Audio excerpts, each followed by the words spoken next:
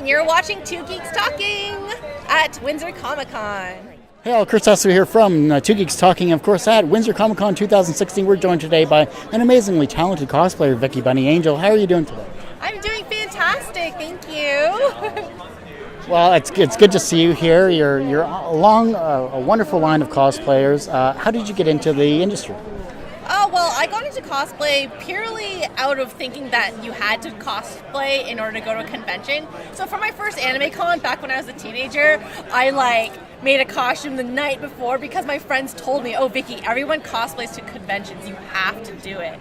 And I thought, okay, I got to fit in. So I made a costume the night before, went to my first convention, and then I went there and realized you didn't have to cosplay. But by that point, I was already wearing a costume, and there were people talking to me and wanting my picture. I'm like, oh, this is actually kind of cool. So I kept with it. But yeah, I've always been a crafty child. Growing up, I'm super artsy, so sewing, painting, sculpting, all that is still right up my alley. So I stuck with it.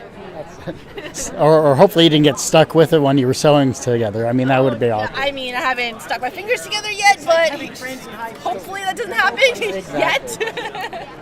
When it comes to cosplay, though, does it allow you to express yourself, or why did you really, once you got into it and you got the bug, how did it make you feel?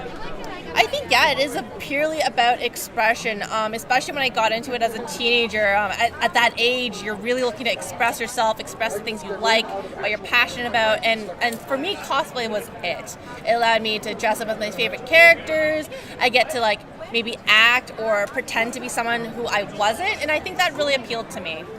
Yeah. You have a huge selection of amazing cosplays here. I'm looking at all of your photos here.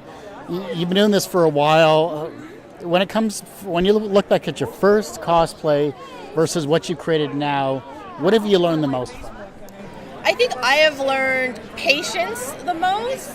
Obviously, I've picked up a lot more technical skills along the way. With experience comes, better product. But what I've learned is to honestly not to rush things and to just be at peace with the pace you make things at. Some people are able to make a costume in a day. Some people take a year. It doesn't really matter because everyone's different, just as long as you're happy with the final result. And that's really what matters, because if I tried to rush a costume in 2 days for an event and it ended up not looking the way I really want it to be, I'm never going to be happy with that final product. And I think just that inner peace and happiness you get from being okay with your art as an artist, that is what I've learned over the years. Yeah. Everyone has an inspirational person that kind of set them on their path to where they are today. Who is that for you?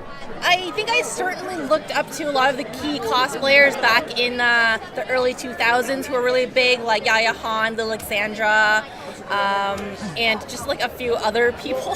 Those are probably the top two, just because they're so creative and they do a mix of creative original designs as well as their anime costumes. And I thought, wow, they're mixing their artistic side as well as just replicating something from the TV screen. So I think that still to this day they still influence me a lot as artists.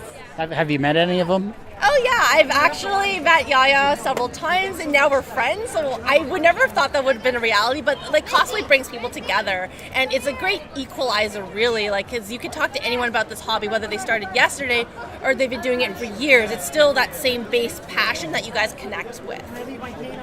And looking at your work, you're very professional in your career. I could call this a career for you, or maybe it's a hobby, whatever you like to call it. Do you consider yourself personally successful? I would say yes, I'm pretty successful in terms of satisfying myself, really. I don't really know how other people measure success, but for myself, I'm happy with where I am right now, and I'm happy with what cosplay has achieved for me and what I've achieved in this hobby. So yeah, I think if I were to die now, I would have no regrets. So that's success for me. There's a lot of amazing cosplayers here as attendees themselves, and they're looking at your work and then becoming inspired themselves. How can they inspire the generation that follows them?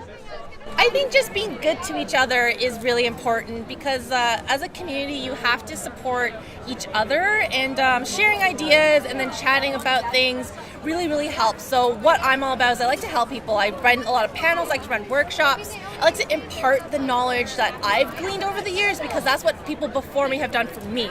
I went to their panels, I learned from them. So it's like this almost oral tradition, in cosplay that's keep things going. I also have a blog, I have YouTube. I do what I can to help others achieve the same thing, you know what I mean? Yeah. That's great to hear. It's the community has grown, and it will continue to grow in years to come, and I'm glad to see you're part of it here. Yeah. Last question then, where can we find your stuff, your social media website, everything like that? I'm mainly on Facebook and Instagram, so you can get me at facebook.com/Vicky Bunny Angel, or also on Instagram under the same name, Vicky Bunny Angel. That's all one word. If you guys are here at the show, you can also grab one of my handy cosplay cards. And it's got all my info on the back too, so yeah. Awesome. Well, thank you so much for this, Vicky. We really appreciate it. I hope you have a great rest of your time here. Oh, thank you so much.